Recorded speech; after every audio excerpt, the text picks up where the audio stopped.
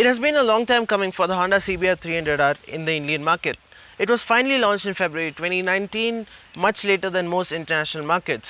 However, it was seen as a welcome change because Honda entered the 300cc segment with this motorcycle. Take a look at it. One look at it and I'm sure you would say it was worth the wait. What does it feel like to ride, and is it worth the price Honda is asking for it? Let's find out.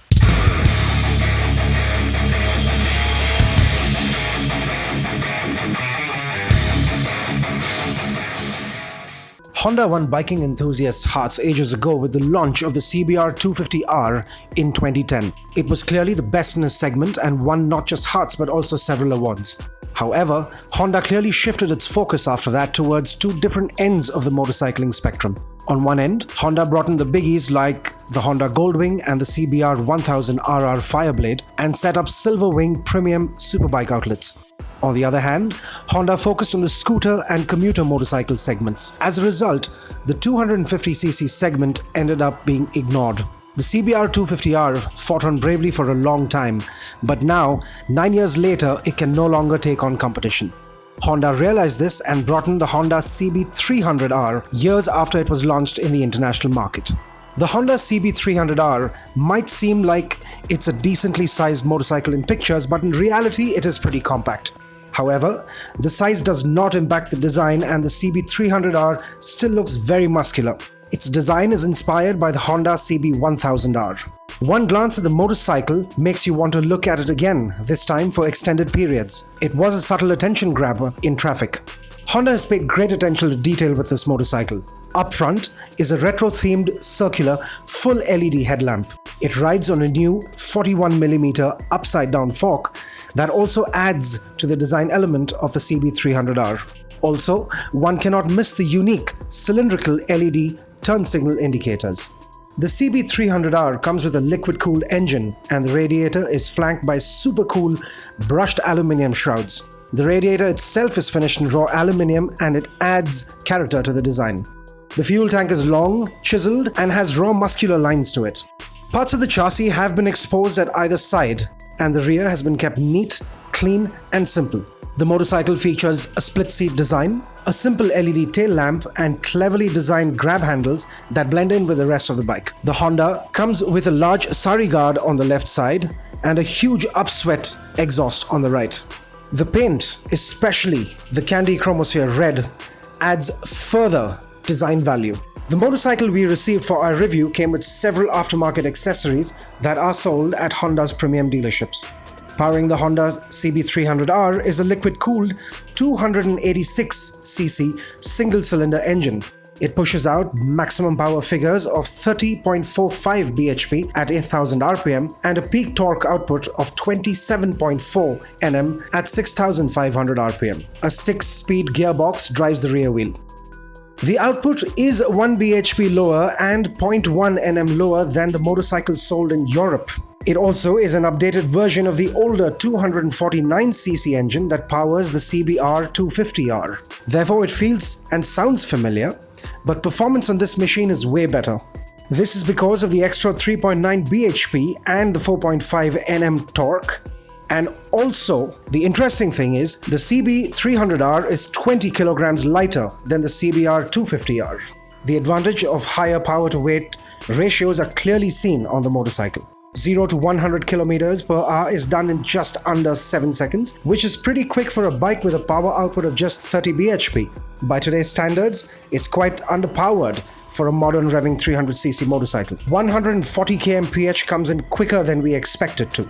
When ridden with the throttle open for long enough, the motorcycle should cross the 150 kmph mark and maybe even touch 160 kmph. While performance at higher revs are great, we would have loved a little bit more grunt at lower RPMs. It is a Honda after all, and as expected, refinement levels are great. One does feel mild vibrations, but that comes in only after 8000 rpm. Fuel efficiency is also great, as the average fuel efficiency displayed on the meter never dropped below the 32 km per litre mark throughout our ride, despite revving the engine one too many times. The motorcycle is capable of returning roughly 37 km per litre out on the highway. The Honda CB300R is based on a brand new tubular diamond frame. Suspension duties are handled by a 41mm upside down fork in the front. These are designed and made by Showa, and a 7-step preload adjustable monoshock at the rear.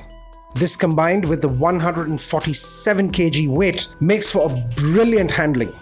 It's very flickable and quick to react to the smallest of steering inputs. Almost scary when ridden at the limit thanks to the soft rear suspension and the Michelin Pilot Street tires. Braking duties are handled by a 296mm pedal disc in the front and a 220mm disc at the rear. The front disc is supported by a 4-piston caliper from Nissan, and it is naturally expected to provide better braking. The motorcycle brakes pretty well, but does not provide the kind of feedback we expected. It felt a little dry, and the lack of initial bite too was quite disappointing. It does come with dual-channel ABS assisted by an inertial measurement unit that adds lean angle sensitivity to the ABS operation. The riding position is brilliant and one can do great distances on it, although it would have been a whole lot better if the seat was softer. The Honda CB300R sports several premium features like LED headlamps all around, ABS assisted by IMU, it's got a modern twist to a retro cafe racer styling. The CB300R sports a full LCD display that sends out a decent amount of information. It displays the tachometer, speedometer, odometer, trip meters, average fuel efficiency, and has an engine temperature gauge. It also shows the telltale lights for high beams, left or right turn signal indicators. The motorcycle sports high-quality switchgear, but it does take some getting used to.